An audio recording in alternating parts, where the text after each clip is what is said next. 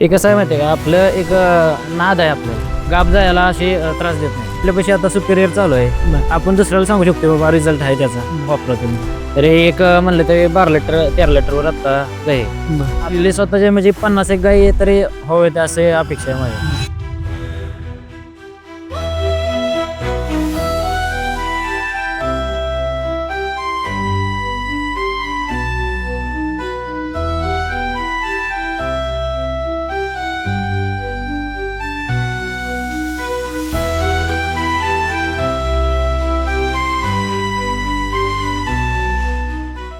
शेतीला जोड व्यवसाय म्हणून आज अनेक युवक पशुपालनाकडे वळत आहेत आणि पशुपालनाच्या माध्यमातून प्रगतीही साध्य करत आहे.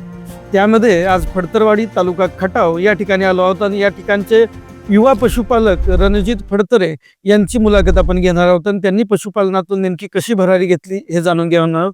नमस्कार फडतरे. नमस्कार. तुम्ही पशुपालन करत आहात आणि पशुपालनाच्या माध्यमातून भरारी घेत आहात, मात्र तुमच्या पशुपालनाला गोपालनाला नेमकी सुरुवात केव्हा झाली?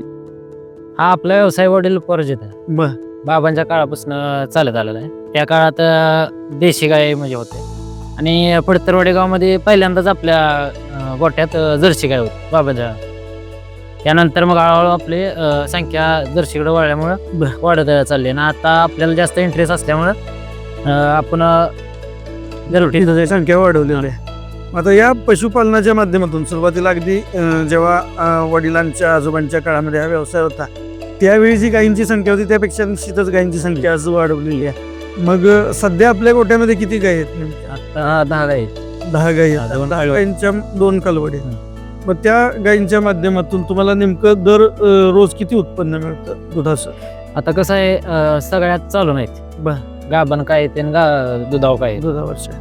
तरी एक म्हणलं तरी 12 लिटर 13 लिटरवर आता गाय आहे. तर या पशुपालनाच्या व्यवसायामध्ये तुम्ही वेगवेगळे नेमके कोणते प्रयोग केले याविषयी काय सांगा? आता कसं आहे, पशुपालक म्हणलं की जास्त दूध देणार गाई जनावर, असं ब्रीडिंग वर काम करायचं. म्हणजे एका गायीपासून चांगल्या प्रतीचं कालवड कशी भेटेल त्या पद्धतीत महत्वाचं म्हणजे त्यासाठी लागणारा खुराक वगैरे आपण पहिल्यापासून हिंदुस्थान कंपनीचा खुराक वापरलेला. आता पहिल्या बाबांच्या काळापासून हिंदुस्थानच आपल्यापाशी वापरलं. याशिवाय शेतीमध्ये म्हणजे पशुपालनामध्ये तुम्ही वेगळे काय प्रयोग केले? मी आता मुक्त संचार गोठा तुम्ही हातात घेतलेला दिसतोय. हो, मुक्त संचार गोठ्याचं काम चालूच आहे आता. याशिवाय ज्या नोंदी करता तुम्ही तर त्याचं काय महत्व सांगाल की बाबा गाई आणली विकत त्यावेळी तिचं वजन एवढं होतं, त्याला एवढं लसीकरण केलं, या बाबतीत तुमचा काय अनुभव आहे? नोंदी केलेल्याचा फायदा होतो का? प्रत्येक गायची नोंद ठेवायच लागते. कारण कसं आहे, पुढचं ब्रीडिंग तयार करायचं म्हणलं की त्या गायची नोंद पाहिजे. त्या गाय किती चालली, काय चालली, कुठल्या क्वालिटीची आहे, काय आहे, ते सगळं ठेवायला लागतं, तेव्हाच पुढचं ब्रीडिंग तयार होतं. आणि त्याचा फायदा तुम्हाला चांगली संख्या किंवा दर्जेदार जातीचा अशा पद्धतीच्या जनावर तयार होण्यासाठी मदत झाली. आता आमच्या नवहिंद कंपनीच्या कोणकोणत्या सप्लिमेंटचा तुम्हाला फायदा झाला? या नवीन फक्त आपण आता मिनरल मिक्सचर ते सुपेरियर वापरलं तेवढं एकच यूज केलं, बाकी आपलं हिंदुस्थानचं सगळं आहे. बरं, मग त्याचा नेमका काय तुम्हाला फायदा झाला? त्याचा फायदा कसा आहे, दुधाला दूध वाढ होते. पुन्हा दुसरं म्हणजे चकाकी राहते गुरांच्या अंगावर, तेजपणा राहतोय आणि महत्वाचं म्हणजे गाब जायला असे त्रास देत नाहीत. म्हणजे एकदम चैतन्य निर्माण होते असं म्हणायचं काय हरकत नाही. त्याशिवाय आमचा मुरबा हे एक प्रॉडक्ट आहे जे मुरघास तयार करण्यासाठी उपयोगी ठरतं. तर त्याचा आणि हिंद पॉवर याचाही तुम्ही वापर करून पहा. निश्चितच त्या माध्यमातूनही तुम्हाला अजून चांगल्या पद्धतीचं उत्पादन मिळू शकेल. जनावरांच्या आरोग्याच्या दृष्टीने ते उपयुक्त आहे, तर त्याचाही तुम्ही वापर करावा वाटते तुम्हाला असेल ना. तर नवीन जे अन्य शेतकरी आहेत, युवा शेतकरी आहेत किंवा पारंपरिक व्यवसाय करणारे जे शेतकरी आहेत, त्यांना नवहिंदचे प्रॉडक्ट घेण्याविषयी तुम्ही नेमकं काय सांगाल? एक कसं आहे, नवीनचा आपण यूज केल्यानंतर एखाद्याला सांगू शकतो.